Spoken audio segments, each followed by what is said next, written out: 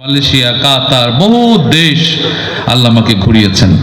তো সেই ক্ষেত্রে আমি দেখেছি, আমি যখন মদিনাতে গিয়েছি, মদিনা ইউনিভার্সিটির ছেলেপেলেরা, ওনারা আর অনেক মুরব্বীরা এই আয়োজনটি করেছিল পাহাড়ের পাদদেশে।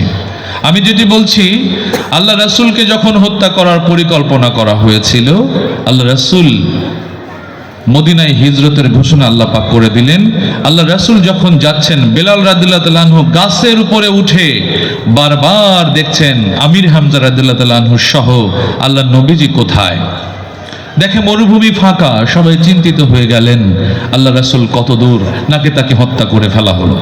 ঠিক সেই মুহূর্তে যখন আল্লাহ রাসূল সেখানে মরুভূমিতে দেখা গেল যে দুজন মানুষ আসছেন, আল্লাহ রাসূলকে যখন দেখলেন তখন সবাই সুর দিয়ে আল্লাহ রাসূলকে বরণ করে নিলেন। তালাআল বাদরু আলাইনা মিন সানিয়াতিল ওয়াদা ওয়াজাবা শুকরু আলাইনা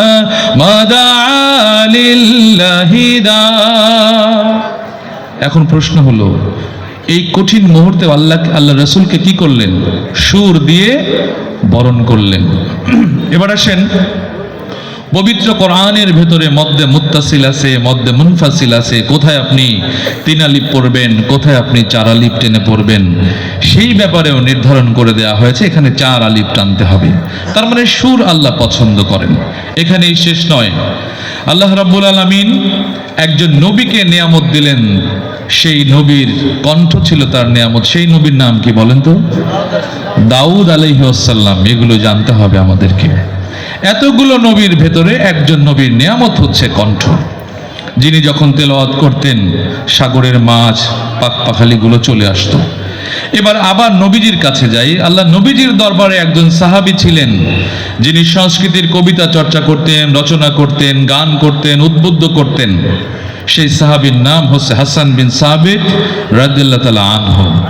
এই সাহাবীকে আল্লাহ 10 জন আশারায়ে মুবাশশারার সাহাবীর ভেতরে হাসান বিন সাবিত ছিলেন সাংস্কৃতিক কর্মী।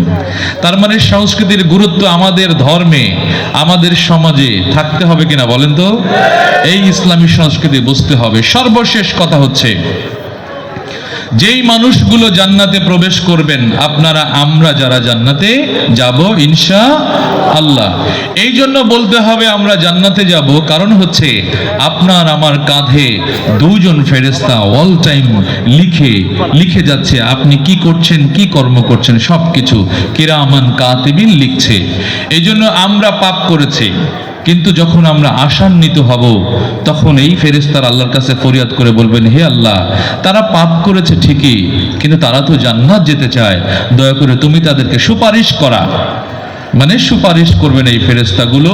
এই জন্য কেউ ভুলবশত বলবেন না আমি জাহান্নামী, এটা বলার দরকার নাই। স্বীকৃতি হয়ে যায়, রেকর্ড হয়ে যায়। আমরা সবাই জান্নাতি, আল্লাহ আমাদেরকে জান্নাত দান করুন। সর্বশেষ সেই জান্নাতে আল্লাহ রাব্বুল আলামিন এরকম মজলিসের আয়োজন করবেন ঈমানদারদের জন্য, যারা জান্নাতবাসীদের জন্য। সেইখানে প্রথমেই আল্লাহ রাব্বুল আলামিন ঘোষণা করবেন, হে বান্দা, তোমাদের সামনে এখন পবিত্র কোরআন তেলাওয়াত করবেন। আমি যেই নবীকে দিয়েছিলাম কণ্ঠ ছিল যার নেয়ামত, সেই নবী দাউদ আলাইহিস সালামকে আমি এখন আমন্ত্রণ জানাচ্ছি পবিত্র কোরআন থেকে তেলাওয়াত করার জন্য। দাউদ আলাইহিস সালামের তেলাওয়াতের শেষ, এরপরে বলা হবে যেই মানুষটিকে সৃষ্টি করা হয়েছিল সকল মানুষের সেরা, হযরত মুহাম্মদ রাসূলুল্লাহ সাল্লাল্লাহু আলাইহি সাল্লাম তেলাওয়াত করলে কেমন লাগবে। তখন আল্লাহ রাসূলের নাম ঘোষণা হবে। এরপরে আল্লাহ রাসূল তেলাওয়াত করবেন পবিত্র কোরআন। সর্বশেষ আল্লাহ বলবেন, তোমরা পাপ করে করে গভীর রাতে ক্ষমা চেয়েছো, আল্লাহকে কোনোদিন দেখো নাই। যেই আল্লাহ তোমাদেরকে সুস্থ রেখেছেন, নেয়ামত দিয়েছেন, কত কি, সেই আল্লাহকে তোমরা না দেখে ইবাদত করেছো। সেই আল্লাহ যদি পবিত্র কোরআন তোমাদের সামনে তেলাওয়াত করে কেমন লাগবে। ঠিক সেই মুহূর্তে আল্লাহ রাব্বুল আলামিন সূরা আর-রহমান তেলাওয়াত করবেন। তখন সামনে থেকে পর্দাটা খুলে যাবে। আমরা যারা জান্নাতবাসী হব, আল্লাহর চেহারা তখন দেখতে পাবো। আমি কি ছোট করে 2 মিনিটে ইসলামী সংস্কৃতির গুরুত্ব কেন, ইতিহাস, ঐতিহ্য আদি থেকে অনন্ত আপনাদের কি বোঝাতে পেরেছি? আপনাদের কি মাথায় ঢুকেছে যে সংস্কৃতির গুরুত্ব? আলহামদুলিল্লাহ। এখন তাহলে আলাউদ্দিন আইএমসি মিডিয়ার সাথে থাকুন, ওয়াজ গজল ও কোরআন তেলাওয়াত শুনুন।